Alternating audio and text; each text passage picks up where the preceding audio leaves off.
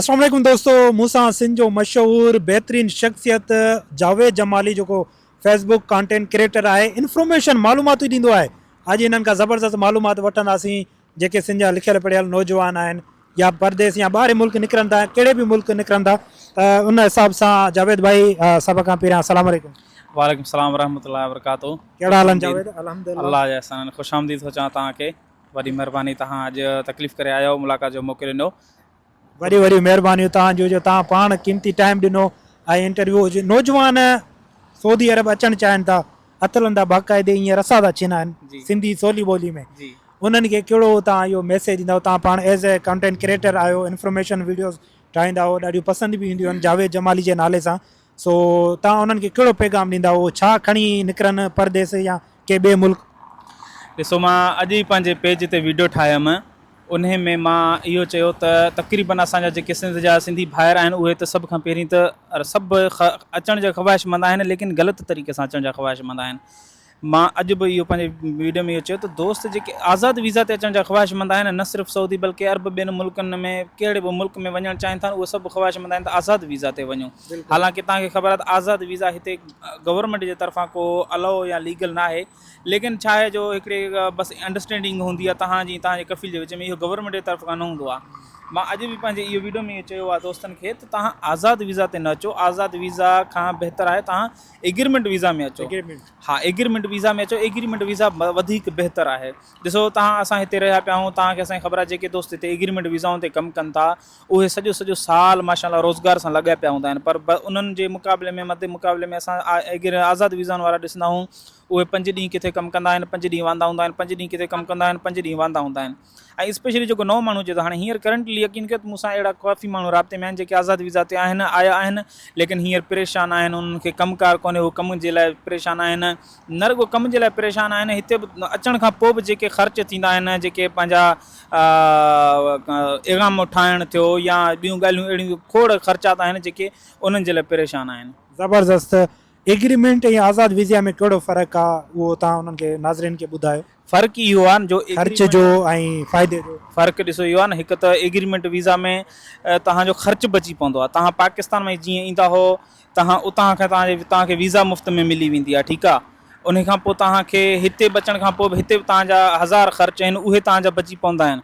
आज़ादु वीज़ा में सभु कुझु सभु ख़र्च जेके आहिनि तव्हांखे पाण खे करणा पवंदा आहिनि। आज़ादु वीज़ा जी फीस घणी आहे ऐं एग्रीमेंट जी फीस घणी हूंदी आहे, उहा मालिक खे भरणी पवंदी आहे? फीस तक़रीबन 1 हूंदी आहे, लेकिन एग्रीमेंट में इहो आहे जो माना हुनखे सॼो कुझु कफ़ील जो हुनजो कंदो, लेकिन आज़ादु में इहो आहे सभु कुझु मालिक खे पाण खे करणो पवंदो आहे।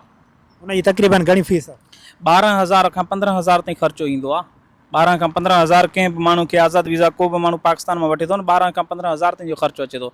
लेकिन उन जे मुक़ाबले में अगरि को माण्हू दोस्त एग्रीमेंट वीज़ा वठी थो अचे न, त उनखे सिर्फ़ु उनजो 4-5 हज़ार ताईं ख़र्चो थींदो। केॾो फ़र्क़ु आहे। सो उन जे करे मां दोस्तनि खे इहो चवंदो आहियां, तव्हां भली अचो बिस्मिल्लाह, लेकिन तव्हां एग्रीमेंट वीज़ा ते अचो। आज़ादु वीज़ा खां बहितर आहे तव्हां एग्रीमेंट वीज़ा ते अचो। सही, मतिलबु तव्हांजो चवणु आहे त एग्रीमेंट जेका वीज़ा आहे उनजी फीस मालिक भरींदो आहे।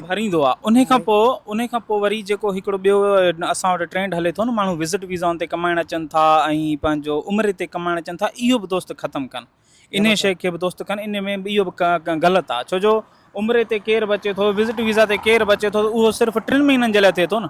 या विज़िट वीज़ा त हाणे तव्हांखे ख़बर आहे त इंडिविजुअल खे मिले ई कान थी। साल जी जेका विज़िट वीज़ा आहे उहा इंडिविजुअल खे त हाणे मिले ई कोन थी, सिर्फ़ु उन माण्हू खे मिले थी जंहिंजो को फैमिली मेंबर हिते आहे, हितां खां उहो कढाए मोकिले थो सिर्फ़ु पंहिंजे फैमिली मेंबर जे लाइ, उन खे विज़िट वीज़ा मिले थी। लेकिन उतां खां जेके पाकिस्तान मां जेके एजेंसियुनि वारा कंपनियुनि वारा विज़िट वीज़ा साल जी कढंदा, उहा त हाणे बंदि करे छॾी अथनि।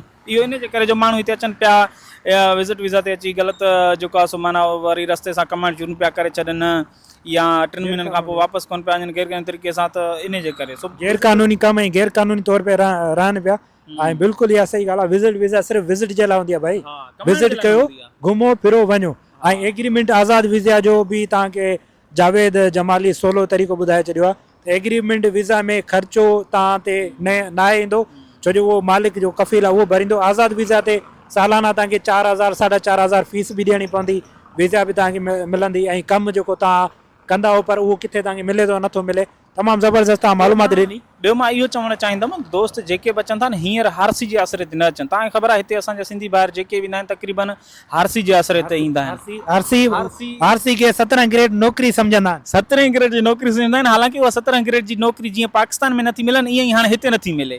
सही हिते नथी मिले। तव्हां पाण पिया हिते हाणे उहा 17 ग्रेड जी जेका ऑफिसरी नौकिरी आहे उहा हाणे नथी मिले। हाणे महिरबानी करे दोस्त जेके बि अचण जा ख़्वाहिशमंद आहिनि उहे आरसी जे आसरे ते न अचनि, मज़ूरियुनि जे आसरे ते न अचनि, हाणे को हुनर सिखी अचनि। बिल्कुलु जावेद भाउ तव्हांजी ॻाल्हि ज़बरदस्त आहे, पर आख़िर सिंध वासी आरसी खे छो था जेको आहे न उहा ॻोल्हे नौकिरी? तव्हां कम से कम उहो नौजवाननि खे को कहिड़ो पैगाम ॾींदव त भाई ज़रूरी न आहे त माना उन्हनि जो वाल साहब आरसी करे वरी उन्हनि जो औलाद बि थिए अचे करे पोइ को हुनर जी तरफ़ को उन्हनि खे पैगाम सिंध वासी नौजवाननि खे को पैगाम मुंहिंजो इहो आहे त भाईजान असांजा वॾड़ा जेके हारसियूं कंदा हुआ हाणे तव्हांजे लाइ इहो पैगाम आहे त हाणे हारसी जो कमु नथो मिले।